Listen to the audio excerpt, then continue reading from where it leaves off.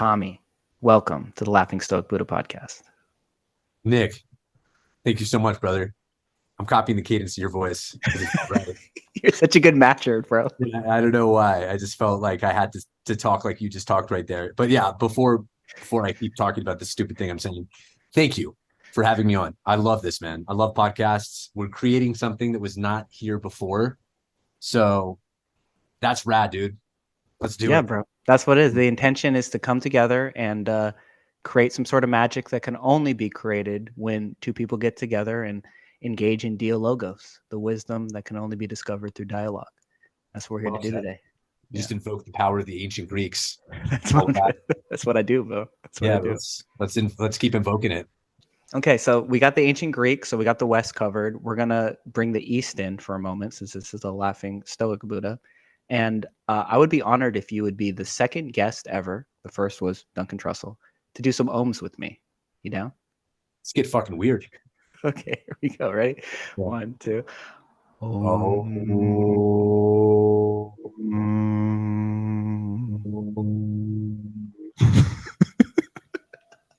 Okay, one more. Take a deep breath. Take a deep. Ready? One, two, three.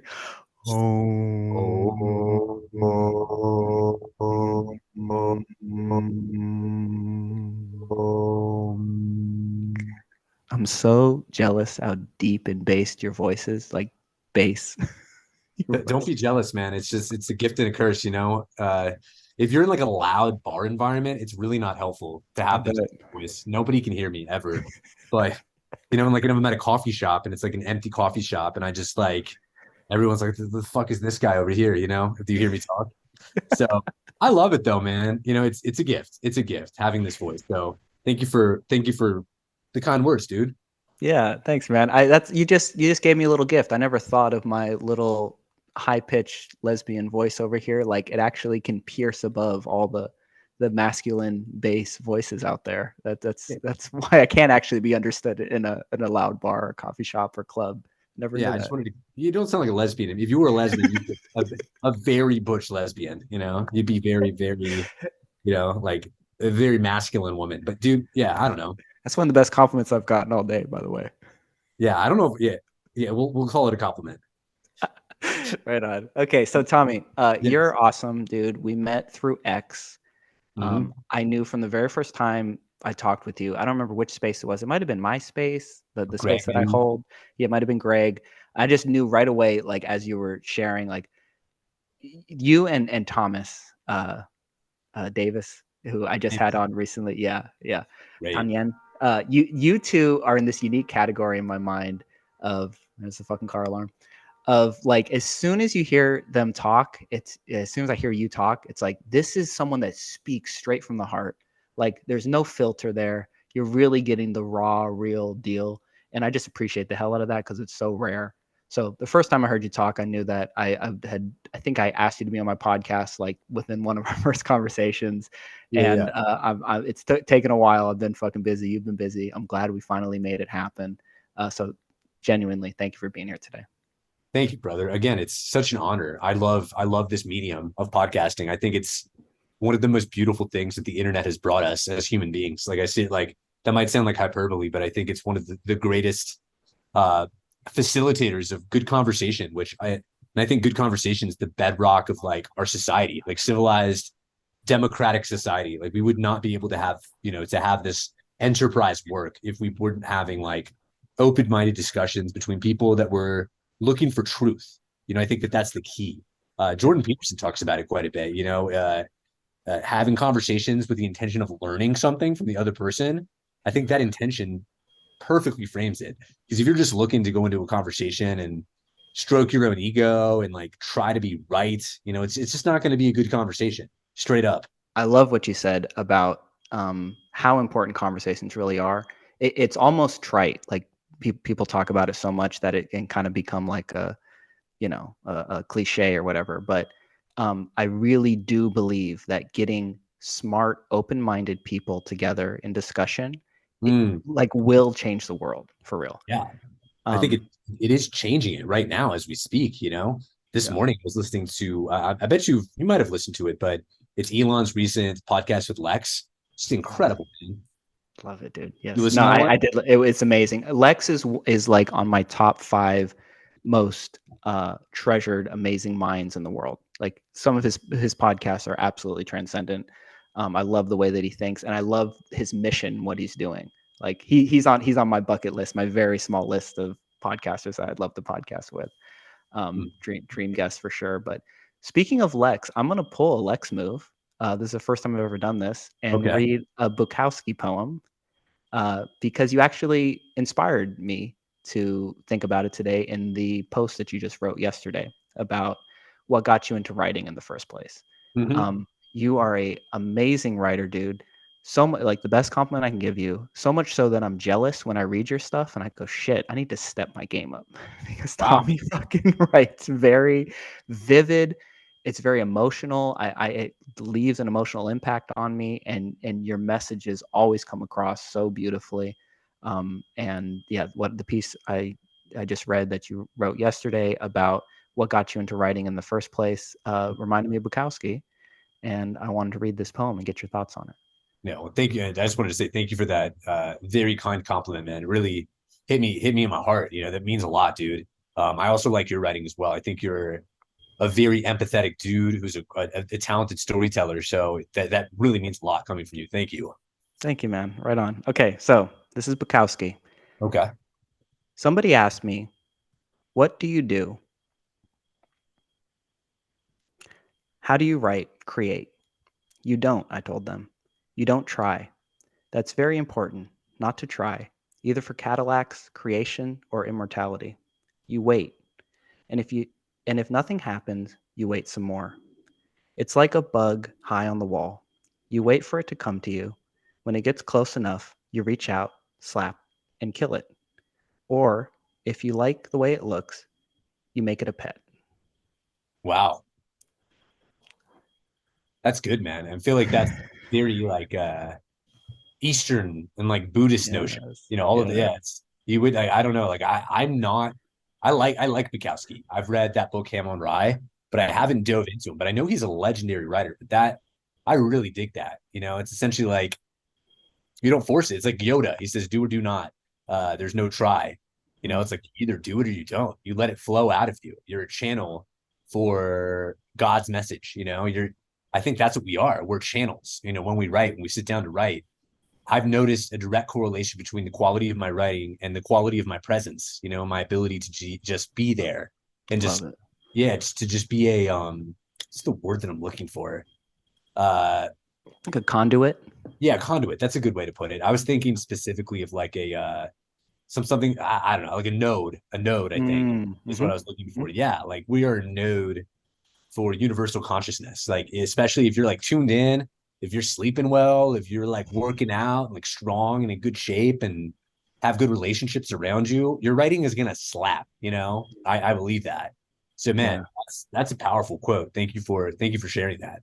Yeah, I like that right away you thought it was sort of Eastern because it kind of felt like a koan, right? Because it's so easy with the Western logical mind to poke holes in it, like, but you have to try. Like, what does he mean? If you never try, you'll never write anything.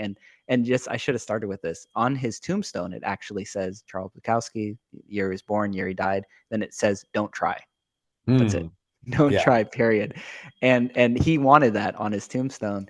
And I think it's a very um again almost like a koan of like if you're trying to do something, if you're forcing something, you need to reevaluate where it's coming from. and Yeah. and like you said, especially when it comes to being creative, if you have your shit together, it feels so good to be creative. It just flows out of you and it's pleasureful. And then you have this beautiful work of art at the end, Yeah. a written passage or a piece of art or music or whatever. But when you're forcing it, and again, there's going to be times when you're going to have to force it. I'm a big discipline guy. I fucking sit down and write. Most of the times I don't feel like it, but I do it anyway. But I do that as like an offering to the muse to say like, hey, I don't feel like it, but I'm showing up anyway. And I feel like the muse, this other entity that gives you great ideas, Yeah. sort of War of art. rewards you. Yeah, it rewards you in time. War of art, exactly. Stephen Pressfield, we talk about that on this podcast all the time. It rewards you with those when you are tuned in, then that magical piece comes out. 100%, man. Yeah. The other day I wrote a post that like it went viral for me. I think it had like almost 15,000 impressions, which, for me is Wow. huge. And Nice. I was just like, I didn't try at all. It just like kind of like just came out of my hands, Mm. like a bee makes honey. I think Yeah. it's the same thing. I think creativity is a product of a healthy human. I think that's just the natural byproduct of a human that's fulfilled, relaxed, feeling good. I think we all want to create. And Justin C. Scott, he's a creator on Yeah. X. I'm sure you're familiar with his work. He talks a lot about how, and I fully agree with this. Rick Rubin even talks about that in his most recent book, which I would highly recommend for anybody, A Creative Act. Yeah. It's like I think a lot of people are unhappy and depressed and anxious in our society today because they're not creating, they're not building. I think that's Completely a agree. large. I think it's a large component. It's not the only reason. Mhm. I think in a lot of cases that like the reason you're not creating is a byproduct of other needs not being met. Maybe you're scrambling to make ends meet at work. You have a couple of kids. You're just not able to create. Which is why I commend you, Nick. Because I know you've got two kids. You got a lot of stuff. Yet you still prioritize this, like Yeah. what we're doing right now. This podcast, this conversation. I have no idea what I'm going to say next. I'm totally in the flow right now. So I think that we are creating something right here right now, and it's fucking beautiful. Yeah. Dude, I love everything that you just said. Completely agree. Again, speaking of like the lack of creativity in people's lives leading Mhm. to depression and sickness. It again, you brought up War of Art, Stephen Pressfield. Mhm. He talks about resistance. I'm sure Yes, you're familiar with the idea, right? And very much. resistance is what stands between you and taking action on whatever creative pursuit you have in life. And Mhm. so he's a writer, so I relate a lot when he uses analogies when it comes to writing, but this can uh, apply to any creative act. And the resistance that comes up, it's what keeps you from pursuing that creative act, right? From sitting down and writing, from making the music, whatever. And he talks about like if you succumb to the resistance, it won't just he'll say like it makes you sick. It makes your body sick. It makes your soul sick. Like it's a Mhm. little metaphysical and out there, but I completely agree and I can attest from personal experience that I knew that I needed to write. I knew that I needed a podcast. I knew that I needed to create for a fucking decade and I didn't do it. And my life was like suffering for it. My health, I was 50 pounds overweight. I Mhm. was tired. I was depressed and I was just disconnected from life, right? From like not just creativity, but just like friendships. I wasn't having quality conversations. I wasn't living a quality life. And when I finally overcame that resistance and I started doing what I knew I should do, and I started writing, even though the writing was like terrible and like I didn't even want to share it with anybody, just the very fact that I was opening that channel, that conduit for the creative energy to flow through, like my whole life transformed. And Yeah. it's not it can be oversimplified. There's other things you have to pay attention to, but I think it's a very underappreciated factor is if you're not regularly in a creative space, it's going to affect you in ways way beyond just your well-being, like your health, your physical health, your relationships, everything improve when you make a daily practice of doing some sort of creative act. Well, really well said, man. I fully support all of that. Something my old coach, Jack Moses, actually said that I don't think it's his sentiment, but he's the one who exposed me to this idea. The work works on you. You're not only Yes. working on it, but it's profoundly changing you as you sculpt this, this art that you're working on.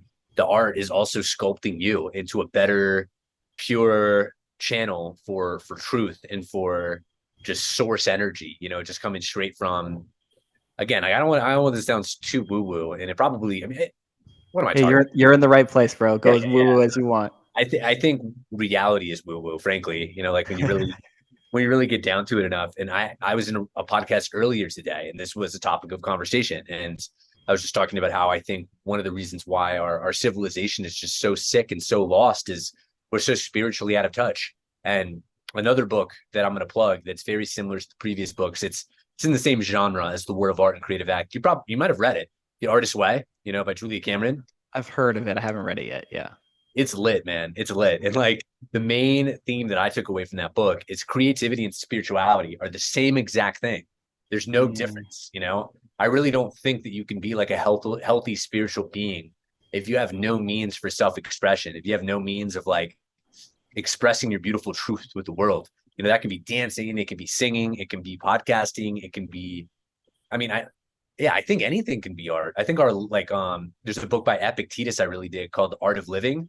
I don't think he one of wrote my it. favorites. Now you're in my wheelhouse. Yeah, like he I think it's like the Enchiridion and like they kind of like changed things around. You know, I don't think Mhm. he actually sat down and was like, I'm gonna call this The Art of Living. But yeah, you know the book. I think that living itself is an art. And I think deep down, we all kind of know when we're living a beautiful life. You know, I think we know when we're like, you know, like when we're aligned. Like this morning, for instance, I actually like I've been crafting a new morning routine because I don't know about you, man, but I'm addicted as hell to my phone. And I've been in this awful habit of like checking Instagram and Twitter first thing in the morning, man. And it's really bad, you know, and I feel like a dopamine junkie. It's not good for me. So what I've been doing, it's really simple. I have this green journal right here. I'll literally put the green journal just on top of my phone, and it's been so phenomenal. And I have my own uh what is it called? Mantra that I'll write.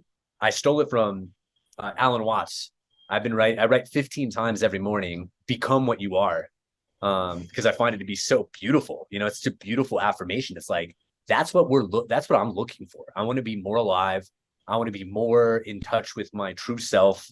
I want to become what I am. And I do that 15 times. And I've been doing this breath work. It's called Soma breath work. Dude, it's powerful, bro. I have like these mini mystical kind of like experiences every morning after doing this breath work. So I do that, and then I take a cold shower. Um, shout out On it, Money bro. X, You're and then I, fucking on it, bro. no, God it's damn. ridiculous. It's really ridiculous. Do your feet touch the ground after doing? First off, where have you been my whole life, and where have you been this podcast whole life? Because you brought up Alan Watts before me for the first time ever on this podcast. We that's always talk about Alan Watts. no, I love that. I'm usually levitating before the shower. Yeah, After doing a mantra, doing breath work, and then a cold shower, like my feet ain't gonna touch the ground, bro. I'm gonna be high as fuck, like ready no, to really take on the no, it's world. really cool, bro. Because then I go to I go to a coffee shop and write every morning too, before I log in, you know, to my corporate sales job. Which Mhm. hopefully they don't watch this on YouTube, but if they do, Oh, uh, if my job knows about this podcast, I'm fucked too. Don't worry. yeah, man. Yeah, like I today, like this whole thing we're doing right now. This is so good for my creator journey. It's so bad for my corporate job. There's Yeah. a an inverse correlation between those two things typically, as I'm sure you're aware. But yeah, man. And then I go to the coffee shop. I go to the same coffee shop every day. I get an iced Americano, typically a tall one with like milk, My and man. I'll chew some nicotine gum and I'll write for like My anywhere man. from yeah, Bro, 60. Yeah. it's my I'll, routine, bro. dude, look at us, bro. Look at us. Insert you know that GIF when like it's like Sylvester Stallone hugging that guy. Dude, Who's literally, playing that? Who's iced that? Americano and nicotine gum, bro. That's my fucking jam at a coffee shop. I'm sorry, I keep cutting you off because I'm so No, excited. you're good, bro. And I add a little bit of whole milk too. I don't know. Do you do that? Is that your move? No, black, bro. Come on. Sometimes I do a little bit of oat milk, actually. No, oat milk. Oh man, dude, that's soy boy activity. No, I'm kidding. Yeah, I did a lot of Asian girls. They're big on oat milk. Yeah, They fair enough, converted bro. me. You better look at the process. Like last time, I've never seen anybody milk an oat. You know, like there's no titties there, dude. There's no titties. I love that we Not brought up coming out of milk. nicotine gum and you're going hard on oat milk. You're probably right in that, but Yeah, like how do they make oat milk? Like really just think about that, bro. I don't want to think about it, man. Do I they don't want take to think about oats and put them in a big compressor and just like no, they're putting a bunch of weird shit in there, bro. it. I'm sure they are. Okay, no more oat Then again, milk. I'm this is making a coming pledge from here. no, dude, don't take health advice from me. Taking health advice from me is like taking, I don't know, like taking writing advice from a dog. I don't know. I don't know what I'm talking about. You look pretty healthy, man. You're doing something right. Yeah, no, I power lift as well. That's Mm, something I've been on, bro. I joined this. It's like a special powerlifting gym, and dude, being strong is it's cool, man. It's fun. I'd highly yeah, recommend. I agree, dude. So, dude, we're like, again, the gift. Did we just become best friends, stepbrothers? We Like, did. dude, we're Yeah, the no, we same. did. For the same person, bro. Like that is my routine. Yeah. I don't necessarily power lift, but I do being strong, like that very basic goal of being strong is very important to me.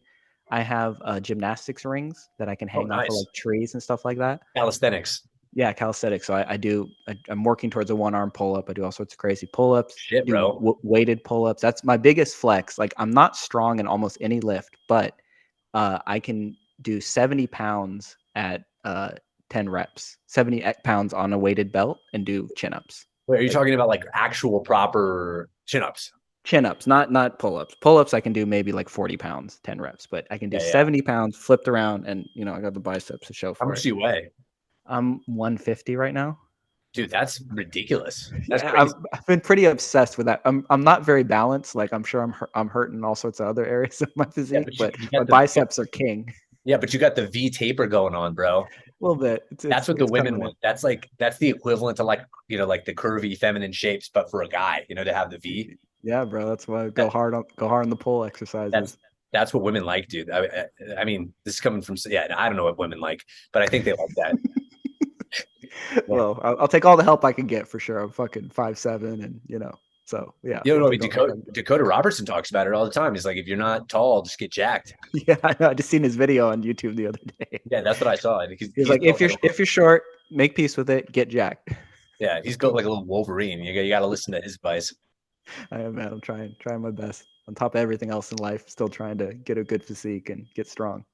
Dude, having a good physique is, it's a great thing. I think when we're old one day and we're all saggy like everywhere, like you're gonna look back at your 34-year-old self and be like, yo, look at that stud, Yeah, yeah, Like man. I think it was maybe it was Socrates. He's like, what a shame would it be for like you to grow old and not understand like what your body is capable of. Yeah, We're meant to be warriors, dude. We're hunter gatherers. Like we are meant to be out there in the field, tracking down deer, cracking their necks with our bare hands. I don't think we're supposed to be doing that, but you know what I mean. Like yeah. No, we're for real, dude. we're Yeah. primal, bro. Like, Mhm. and our society it feminizes us. I don't know, like that's controversial. You know what I mean? Yeah, It brings us out of that primal state. I think that's a better way to put it. We're a bunch of weak bitches, yeah. like in our I agree. culture because we're not required to go out and do anything that's meaningful or valuable with our bodies.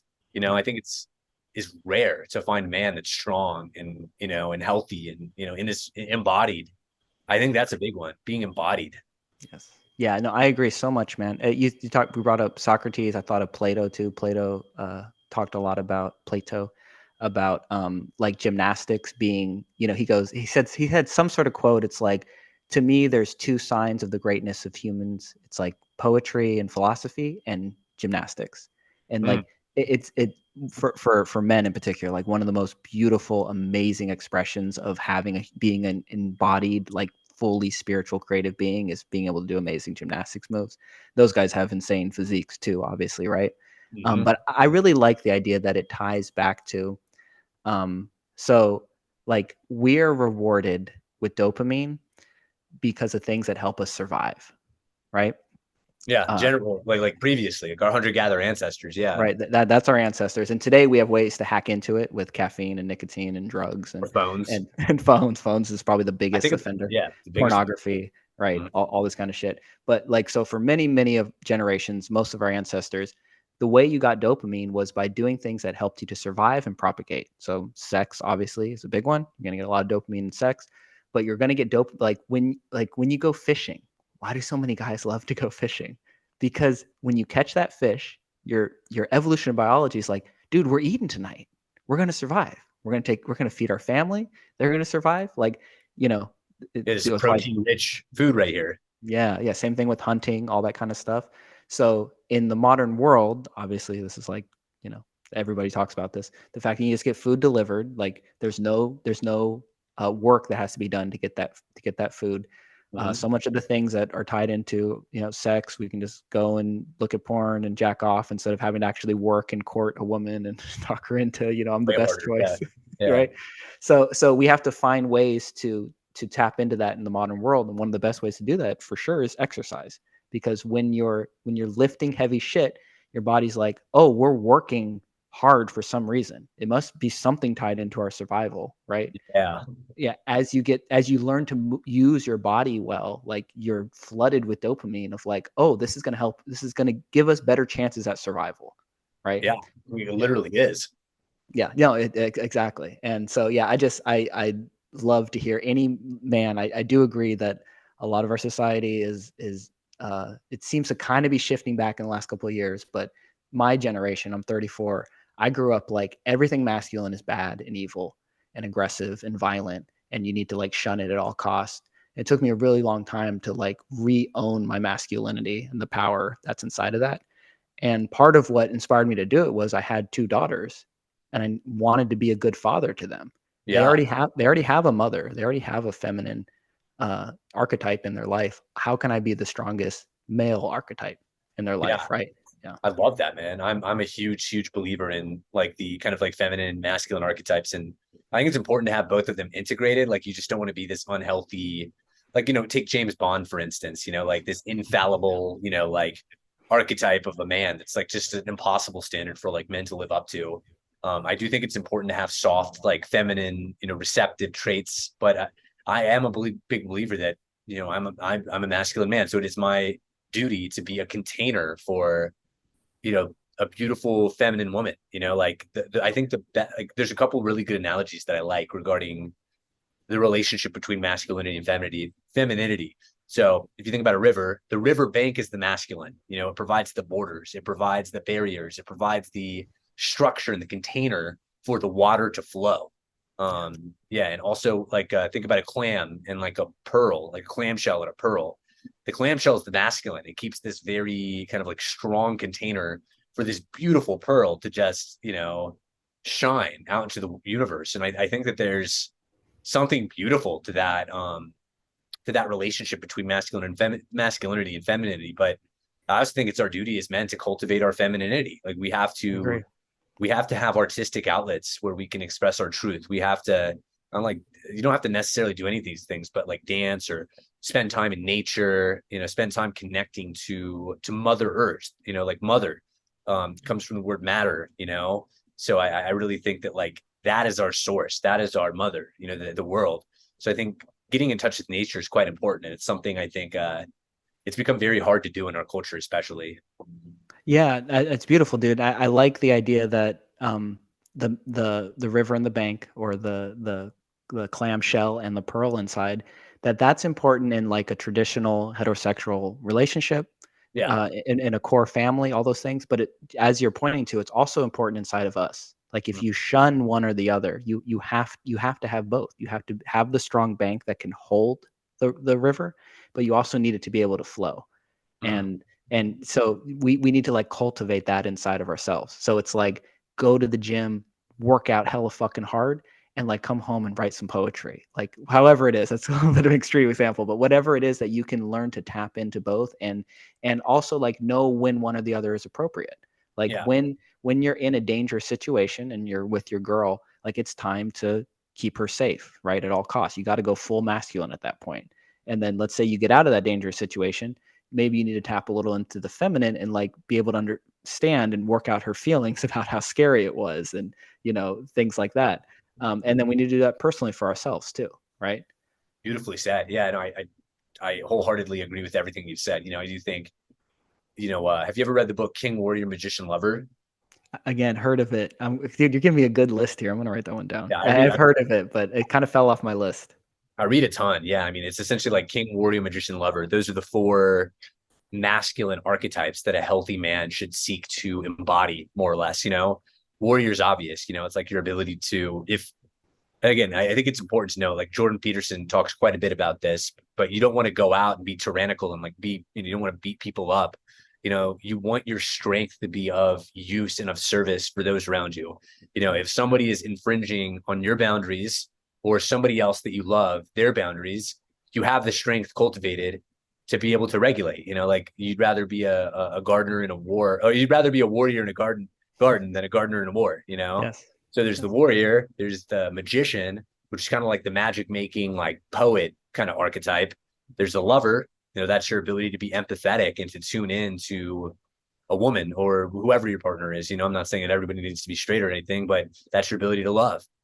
Then warrior, king, warrior, magician. Which one? King. Oh yeah, King. it was the first one. I didn't even talk about that. But I think that's tied into warrior. It's like your ability to just keep a calm, cool demeanor in all situations. Be a leader too, right? Like, Yeah, to be stoic, to be a leader. yeah. And like, I think I've been seeing a lot of trash takes on X recently, like putting down stoicism. I don't know if you've seen any of these like lame I takes. haven't. No, I got to get in there because I'm fucking huge on stoicism, Yeah. as you know. So I would love to get in there. Yeah. Well, what it seems like a lot of people will straw man stoicism. They'll essentially be like, you can feel your emotions. And like the Stoics don't say to be emotionless. They say to act, kind of like in an equanimity, it's to come from a place of equanimity, even when you are emotionally revved up and triggered, you know? So, Love it, bro. and I've just seen a lot of I've seen several takes on X of people just down talking stoicism when it's clear that they're not even attacking stoicism. They're attacking some weird kind of like toxic perversion of what stoicism is. So I'm a big believer in stoicism. So King, Warrior, Magician, Lover, powerful book. One other that I'll throw out is Iron John. That book. Oh man. Okay, you just hit the jackpot. I did a podcast with Keith Thompson, one of my good friends, who did an interview with Robert Bly while he was writing Iron John. So Oh now wow, we're in the wheelhouse. Yes, that's Iron John powerful. is an absolute must-read classic for any man that's interested in the history of masculinity. Agreed, 100%, man. It's a phenomenon. I mean, I'd put King, Warrior, Magician on the same level. It's that another one, a good one. It's not quite as good, but it's still very good. A Fire in the Belly by Sam Keen, and then The Way of the Superior Man, by David Yeah. Diaz. That's obviously like maybe the class, like the goat, for American men. I remember I actually tried to read that book when I was in like my mid 20s, and I just wasn't based. I just wasn't ready for the depth of the insights that he was providing. I just thought it was woo woo. I thought it was stupid. I thought it was sexist, and I just didn't understand it. But I revisited that book when I was like 30. I'm 33, by the way. I revisited that a couple years ago, and it really hit me in a deep way. Right on. Yeah, I love to hear that, dude. Great list of masculine books there. Big takeaway for all the men and even the women that want to understand their masculinity a little bit better there. Totally, man. Yeah, Yeah, yeah, I think it's important for everybody to read about. yeah. No, I love that list. So you brought up Jordan Peterson a couple of times. He's absolutely huge in my life. I've read all of his stuff. I listen to him constantly. I went and saw him live a few times, and it was like a spiritual transcendent experience to be at one of his talks because Wow. I've never been so compelled and captured and mesmerized by a speaker. Like he is. I often call him my internet dad. Like he's literally like when I'm making a hard decision in life, like which direction do I go? He is my conscience. It's Jordan Peterson's little Kermit the Frog voice that's coming in and Yeah, just he just does have a like funny voice. Yes. te- tell the truth. Like, fucking stand up Clean your straight. bloody room. Yeah. Clean your fucking, get your life in order before you start pointing the finger out at other people. So yeah, it's really cool. You brought him up a few times. Just since we're on the topic, talking about masculinity, one other thing. Do you know who Akira the Don is? I I know the name. I'm not familiar with Okay. teaching I'm or I'm gonna send you some of his stuff. So he's a DJ that remixes spoken word. So he does a lot of Jordan Peterson talks, and then he does like beats over it. It's fucking amazing. He does it for David Goggins, Jocko. He does a lot of Alan Watts. He does a Naval. You'll fucking love it. I'll send you some of his stuff. It's a cornerstone of my life. There's not a day goes by I don't listen to Akira the Don because it's like a way of taking in information, but because it's music, you can listen to it 100 times. You never get tired of it. So it really like seeps into your unconscious. I've listened to hundreds, probably maybe pushing thousands of hours of Jordan Peterson over Akira the Dawn beats. So holy shit. it really That's lives in my soul. I'm gonna say the word. That sounds pretty based. There it is, our first base. But no, I think I said it a couple of minutes ago. But yeah, you're right. Second base. Second base. Second Yeah, base. So yeah. we got to get four bases. No, we So we can do it, bro. But yeah, no. Jordan Peters. I just wanted. I've not. Have you read Maps of Meaning? of course, yes. I haven't. Yeah. I haven't read it. You said, of It, course. Like that's like a like. oh, you know what? I'll take it back. I listened to the audiobook. I didn't read it. How did you wait? Did you feel like you actually digested what was going on? Hell no. No, you got to listen to that. Well, if you do audiobook or read it, you're going to have to read it a couple of times. It's insane. It's like if you ever tried reading Jung or Yeah, I've read some, dude, here. This is crazy. hey, look at It's like right, that. it's literally sitting right next to my computer. The Classic. archetypes of and the collective unconscious. This book is right here. Yeah. I like, dude, it's so insanely hard to read, bro. I think I'm like halfway through it, and like every now and then I'll open it up and I'm like, all right, this is fucked. Yeah, Yeah. Jung, Nietzsche, you read it like you read a paragraph and you go, fuck, I think I got like 5% of this. Let me Yeah, read man. it again. And you're like, I Yeah. think I'm even more confused after reading it again. No, I think that's it's only like when you read books like that, it's like weightlifting for your minds. Yes. It's like you're really, really pushing your limits of attention and reading comprehension and like just your language abilities in general. And I think reading books like that, that's the way to really become a formidable uh speaker and a Yeah. formidable reader of the English language. Yeah. So yeah, and I was going to say about Jordan Peterson, he's had a very profound impact on my life. I realize he's a very controversial guy too, which is kind of Yeah. crazy to me. Like I Yeah. realize he's a little bit outspoken on certain political issues, but the fact that he's controversial is just crazy to me because of the nature of many of his teachings. He's simply just channeling, ancient philosophy and like some of the best ideas of all time, and he's just like packaging them up in a very digestible way. And I lost my father as a young kid. I was 12. My dad Oh, died from cancer. It was fucking brutal, yeah. and I pretty much shut down for like 10 years. And then I think I was like 26 or 27. It was like 2016 or 17 when Peterson was on the Joe Rogan podcast and he really started to blow up. I remember a buddy of mine, he was like, dude, listen to this. I was like, all right, whatever. Who is this guy? And I like listened to it for like 10 minutes. It's like, whoa, like this is what I've been looking for. Like Same, ever bro. since my father died, like I have been looking for somebody to tell me these messages. And I remember I've gotten actually in a couple of arguments, here in Denver with people that were just calling Jordan Peterson like just terrible names, and like and I was just like shared my perspective. Like I remember one time, like what I said impacted them. I was like, Jordan Peterson's had a profoundly positive impact on my life. He's taught me so many different things, and that caused everybody to think. But there was one time I brought it up to this guy. I only met this guy one time, and thank God because he didn't seem like a very cool guy. But like I brought up Jordan Peterson, he was just like, oh, like Jordan Peterson. I was like, calmly, I was like, what do you like? What don't you like about his messages? And he's like, I shouldn't have to tell you. I was like, all right, Exactly. yeah, Exactly. like Exactly the point, okay, bro. You can't like even articulate it. like that's just pure code, man. Like Yeah. I think there's that like valid critiques on Peterson, but Yeah. like just look at this conversation, man. I think he's profoundly impacted so many men positively. Yeah. No, I completely agree, dude. And like you said, he's such a deep and articulate thinker. But his value is that he puts it in such a condensed core, easy to understand way. Like if you want to break down Jordan Peterson, it comes down to taking responsibility for putting your life in order, right? Cleaning your room, uh, telling the truth, very basic things. Like when I think of Jordan Peterson, it's always that, right? And he can wax poetic on all these beautiful articulations of it, but what it really comes to, he's like this father archetype that our culture is obviously so hungry for, which is why he completely blew up. Is because there's so many men that were looking for that structure and that order in their life, and I think he's maybe one of the most positive impacts on men of the last like 5-10 years for sure in our culture has been his message. And again, I don't agree with everything he says. I don't even like really pay attention to the political side because Yeah, it's just not interesting to me. But when he talks about personal responsibility, that's my wheelhouse, and I'll share it with anybody that'll give me their ear for a few minutes. totally. And I think that is like Peterson's crutch is that he puts himself into discourses sometimes where he's not an expert, and Mm-hmm. but I do think that when he's in his bag, like which is I think psychology and philosophy, he is incredibly formidable, and he's got so many mental models that I mean, he's literally helped millions of men in Yeah. incredibly positive ways.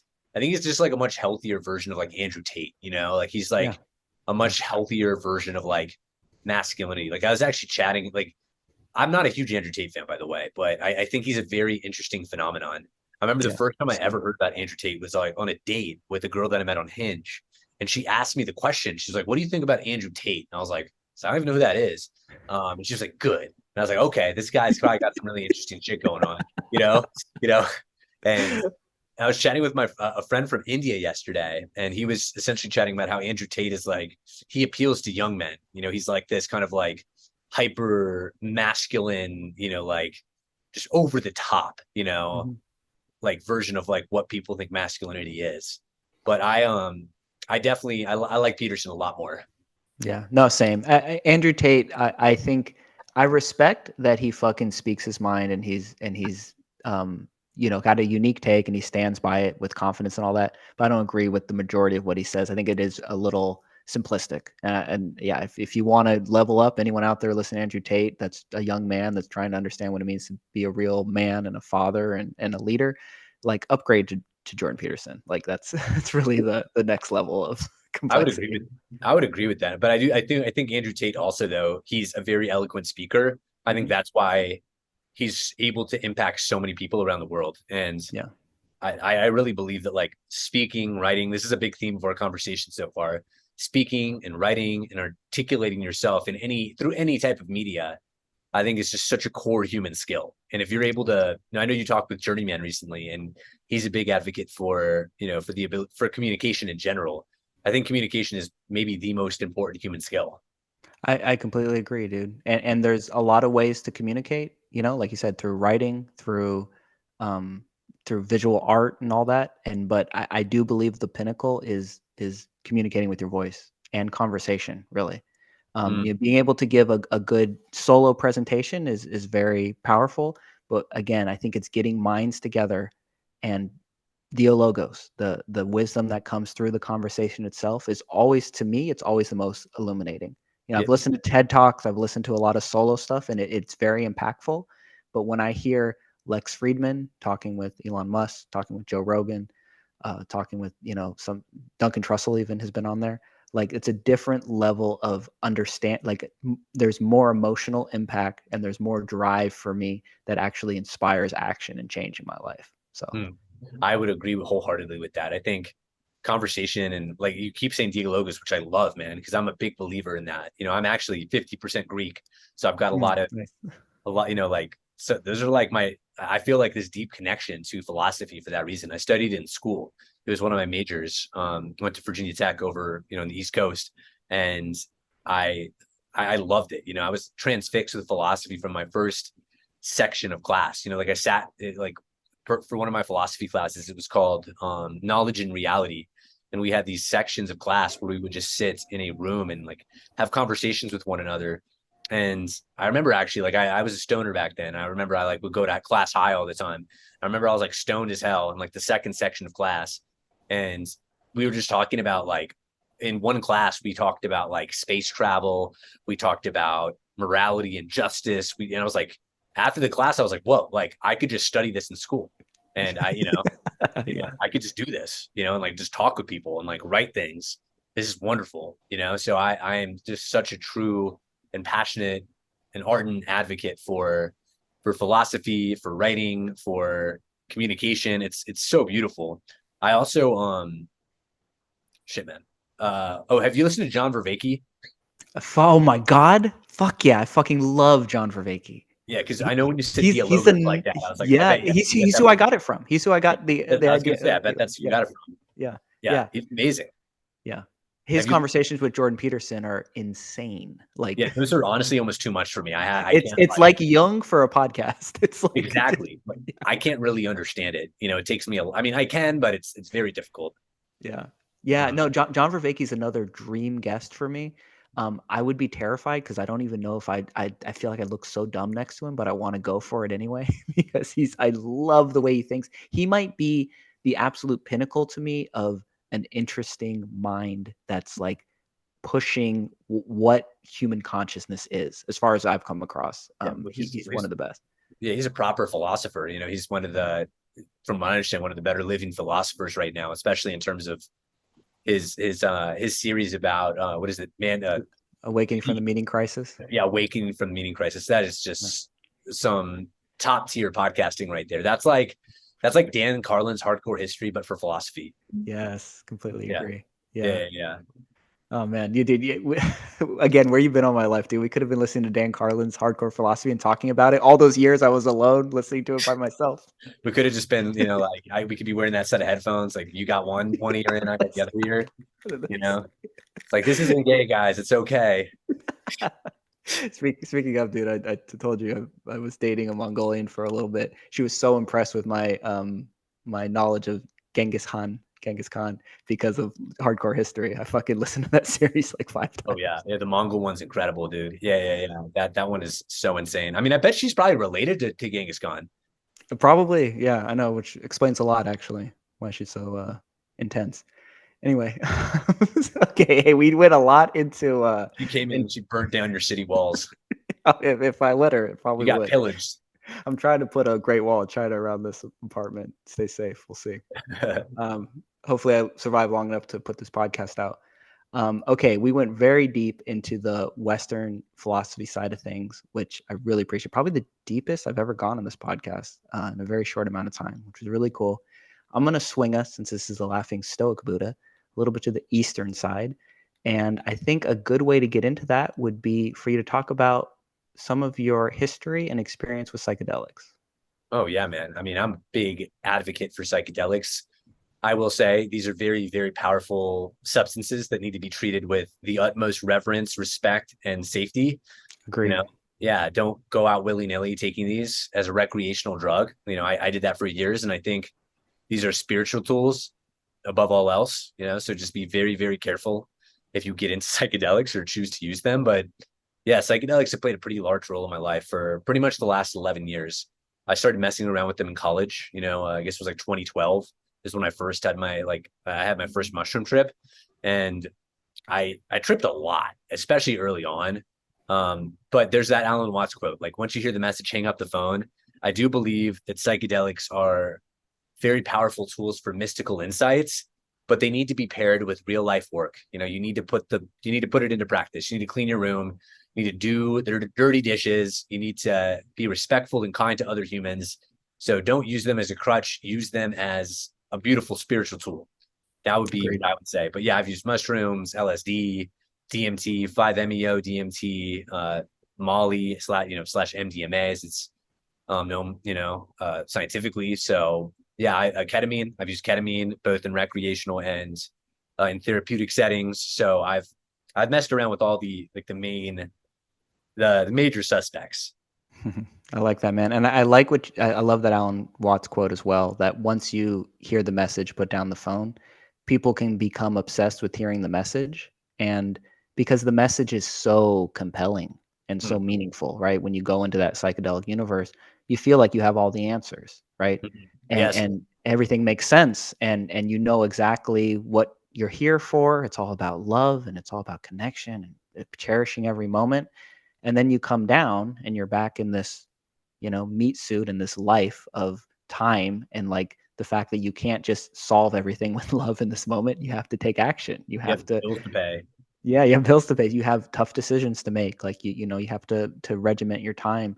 And I'm very happy to hear, and this is what I try to do in my own life too, of it's called a trip for a reason. It's not a stay, right? You trip, you go there on the vacation, and it's the psychedelic. You take whatever messages or lessons, and then you bring it back here and you implement it. And it sounds like that's what you've done in your life with your vast experiences. So I've, along those lines, I've tried. what? Yeah, I know, and it's really hard because the lessons are. It's funny how hard it is to like put into a coherent sentence, like the lesson you get from a psychedelic trip, right? Because it's Yeah. so ethereal, it's so out there. But having said that, you have a beautiful post. I think it was the first thing I ever read from you about your 5-MeO DMT Oh, trip. yeah, And you did yeah. a pretty damn good job of putting it into words, Thank the you, the brother. the experience and the lesson that you had from it. So if you could share a little bit with us about what you took away from your DMT trip. So 5-MeO, the Sonoran 5-MeO. Desert Toad. It's arguably the most potent psychedelic drug known to man. I'd recommend looking up Mike Tyson on YouTube. He's got an incredible kind of a bit about his experience with it. Also, Hamilton Morris is also a great place to go. He's got a couple of his episodes of Hamilton's Pharmacopoeia are all about 5-MeO. I'd highly recommend checking those out if it calls to you. But it's an incredibly powerful substance that I would say is the most profoundly spiritual psychedelic that I've taken or partaken in. I guess maybe the only thing that's up there are taking really, really high doses of mushrooms that will also put you in a very, similar state. But you essentially you smoke this substance. It's like a crystallized white powder, more or less. And it's literally the venom from the Sonoran desert toad, which is called Bufo alvarius. You'll also hear it called on the streets. Bufo is another name that it goes by, and it's hardcore. It's like you're getting strapped to a rocket in your own brain and being sent out into the outer spaces of your inner life. Like it's really like taking a rocket into your own brain in a very profound way.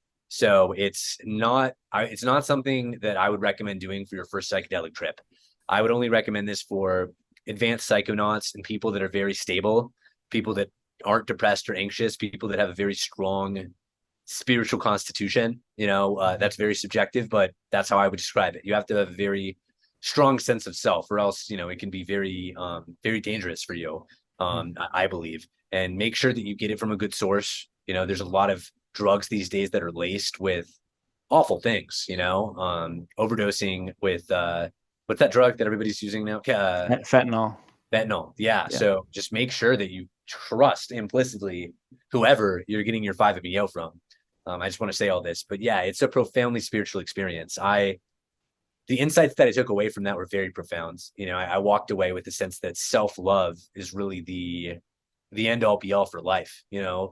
How we treat ourselves determines the quality of our life. The degree with which we're able to truly love who we are and accept and forgive us, to forgive ourselves for anything that we might be judging ourselves for. It's all bullshit. Like, we are flawed beings. You have to be willing to forgive yourself for anything and for everything. You have to forgive the older version of you, the younger version of you, for operating from a lower state of consciousness. You have to be able to shake off that dirt, and you have to love yourself more than anything, because to love yourself is to love the universe. It's an illusion that we're separate right now, and when you love yourself, when you practice, when you do the things, when you're on the path, like, this is the greatest gift that you can give anybody. So that's what I took away from this experience, is that it kind of transformed my relationship with death, because I really felt like I died in a way, like, in a psychological sense. I died, like, there's no getting around it. And I believe that in my experience there, I believe that I was exposed to what happens to us after we die. I believe that I was there in the realm of the collective unconscious. I felt it and I was there. So it gave me this really, this sense of peace about, like, my own death.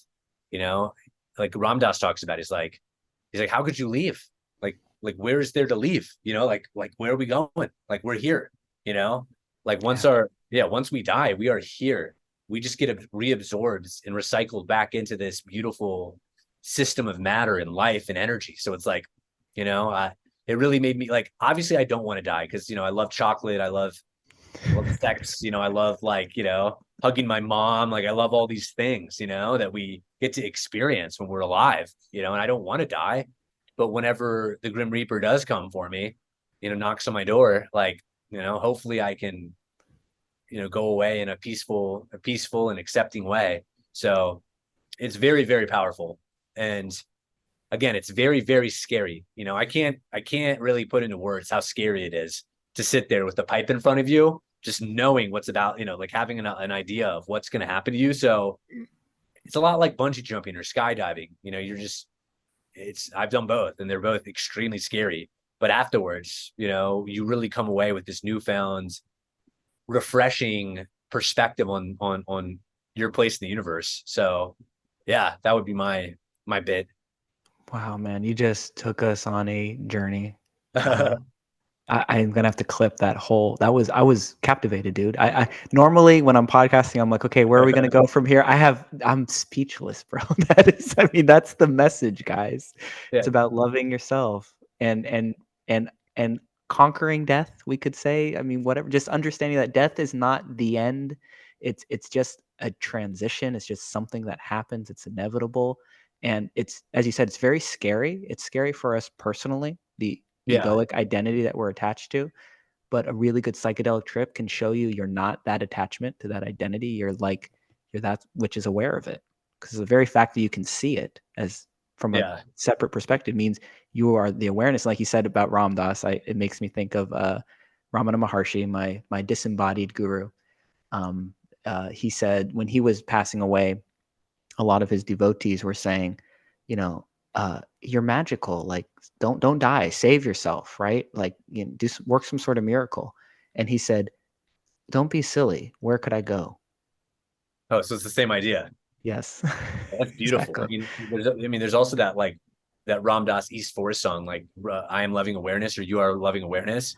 Like that's what we are, man. Like at the core of all of this, like when you do 5-MeO, it's all stripped away where you just see like God and you see what it is. And this is what it is.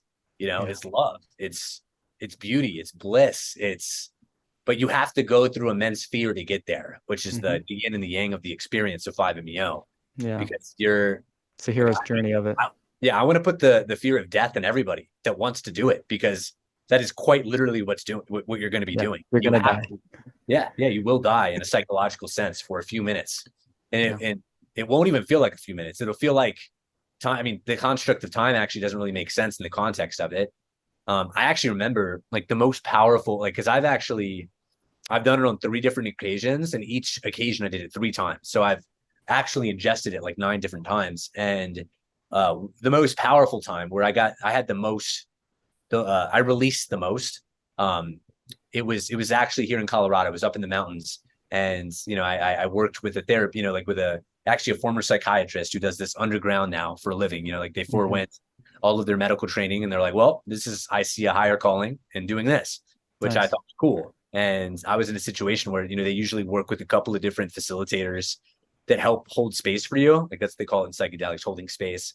Mm-hmm. And the space holders, they were all great, but I remember like at one point when I was really in it, I just was saying I love you, I love you, I love you, and then they were trying to get me to say I love myself, I love myself, and there was a lot of like I had a lot of tension around saying it. I had a lot of struggle. Wow. I Yeah. couldn't like bring myself to say it because I think that like for a long time I did not love myself, and it was just a very revolutionary idea for myself to say that. But eventually I was able to say it, and then I just realized that that's the truth of life. And then also I remember after I did that, I was like literally like screaming like a gorilla. I was like, ah, and everybody around me, like I looked around me, everyone was just screaming. Like all this energy just got like Fuck yeah. yeah, like this kundalini energy just like rose up from the depths of my being. I was just like, oh, like I'm here, I'm alive, like I'm a man, Fuck yeah. I'm a warrior. Like, Fuck yeah. so yeah, 5-MeO is the real deal. I think it's the pinnacle of what I've seen and learned about in psychedelics. Like it's the big leagues. But if you're ready for it, it will accelerate the evolution of your consciousness. And if Mm. you're ready and if you integrate it, there's so many disclaimers that I have to provide with psychedelics, about the education up front, about the people you do it with. You have to be so intentional about every single aspect of it if you really want it to be an evolutionary force for your consciousness. Yeah. Dude, I want to say such a responsible and compelling sales pitch, because the sales pitch is not to the personality. The personality is what buys shit, right? It's what buys shit off Amazon. It's what orders the Uber Eats. It's the personality, our human needs. The sales pitch is to the personality. Fucking be careful. This is gonna can completely destabilize you. You got to have a lot of, you said, I think, spiritual integrity or Something like that. fortitude, spiritual fortitude. I really like Yeah. that phrase. Um, Constitution. I think I said. Constitution, spiritual Yeah. constitution. Well, Mhm. very well said. Mhm. Because so that's the sales pitch to the person, but the higher sales pitch to what we are, consciousness, awareness, right? The highest self in which we all merge, the one, is if you want to connect to that, this is probably the best substance you can take in a human incarnation. Yeah. So I loved how respectful and thoughtful your entire sales pitch was, because there's a sales pitch to the one, and then there's a sales pitch also to there's a warning to the personality that this is not going to be what you want. It's actually the opposite of what you want, because you're not going to Yeah. be special anymore, and you're going to like completely disappear for a little bit. Yeah, well, it's like the universe, it doesn't give things out for free. Like you Yeah. don't, you get nothing for free in life. There's no free lunches. It's total bullshit. Like you can't expect to receive like blissful spiritual insight without having to work very hard for it and facing like deep fears. So I think that that's, like I've heard people call psychedelics a shortcut, and I think that's BS. Like in a way it is, like time wise, I guess it is. I You always still, call it a performance enhancer. I like that. Yeah, Yeah. that's cool. A spiritual performance enhancer. But yeah, those are my thoughts on psychedelics, man. They're great, but again, there's a lot of caveats there. They're not something I would just blanket recommend for everybody. I think that, like Timothy there was talking about putting LSD in the water supply. Like Yeah. that's stupid, Irresponsible. Yeah, that's not cool. Yeah. Yeah, dude. Another thing, you brought up East Forest. I don't know if you know, in the intro to this podcast, I play an East Forest song. So I you're the didn't. only person to ever bring up East Forest as well. Yeah, no, I mean, I think you told me before you liked them, so maybe I like subconsciously brought it up for that reason. But like, I just remember that like song. So yeah, Yeah. bro. Yeah. I don't know if I told you, I went, East Forest doesn't call them concerts, he calls them musical ceremonies. I went to a musical ceremony of his and took a shitload of mushrooms, too many mushrooms, and had one of the crazy experiences ever listening to East Forest Ram Dass recordings and him playing his music live for 2 hours while I was on some of that good government psilocybin we I mean, got over that's here in Oakland. interesting, man. Yeah. That's like eating the mac and cheese at like an AutoZone, dude. No, That's it, bro. That's it, dude. Yeah, yeah, he's another podcast guest. East Forest, if you're fucking watching this, please come on my podcast. I would love to talk with him too. that'd be so cool if he was listening to what we're talking about. All Um, right. but yeah, man, I've loved this conversation. This has been great. Me too, dude. Yeah, I told you ahead of time. I just had this intuition. This was gonna be like really easy and fun, and like we're gonna just get right into the flow. This was zero work for me. This is Bukowski. Don't try. Well, yeah, I mean, we're I literally did. we just had a kick-ass conversation. Like that's super cool that this is like, we just created some cool stuff that hopefully other people will, listen to and get some value out of. Yeah, man. Yeah, this was in the realm of a Duncan podcast for me. That We that we explored all sorts of really cool stuff. You dropped some insane knowledge, took us on a journey with the psychedelics and everything that you shared. So you have no um, idea what to say that this like it's on that level. That's incredible, bro. Like seriously, that you don't know how much that means to me. That's awesome. I'm loving these podcasts, man. Podcasts are incredible. I'm really thinking about getting one started here soon. dude, the thought that just came to mind is I would love for you to start a podcast, and I'd love to hear you and Duncan talk. I'm there for that, man. I'm listening to that for sure. Dude, you would have to be the connector there. Can make it happen. And you guys are like friends now, right? I got his email address. Yeah, I mean, we hung out a little bit after a few shows. We talked Kind for of a few hours. serious. It's kind of serious. Yeah, he walked me to my car because the first time I met him, I got jumped and almost died. So the second time around, he's like, I'm gonna walk you to your car, man. I want to fucking get home safe, damn it. That's awesome, man. That's so cool. He seems like such I don't know. I've listened to a lot of his. Like I remember when I first got into JRE, like he used to have Duncan on all the time, and I was like, "Who is this guy?" I was like, "I get it. I get it. He's really cool." Yeah, no, he's the best. Much love to Duncan. Much love to Tommy, bro. What a fucking amazing podcast. That was jam packed. I feel this often at the end, like we got to do part two, but I've never felt it stronger than this. We fucking Wow. got to do this again, dude, because there's Yeah, so much man. more to explore, man. And I would love to jam with you on all sorts of ideas. And yeah, man, I enjoyed the hell out of this, and honored you came on. Much love to you, man. Thank you. Thank you so much. Right on, dude. All right, catch you on the next one. Peace. Peace. Thank you so much for watching all the way to the end. If you enjoyed this conversation, please hit the like button. If you want to watch more podcasts like this in the future, subscribe and hit the notification to be notified when they come up. If you want to keep up with me, I am on Twitter now every day at Write with a W already. Link to that will be in the description. If you want to check out my writing, I publish a newsletter every Friday through Substack. Link to that will also be in the description. I love you guys, and let's keep doing this together. Peace.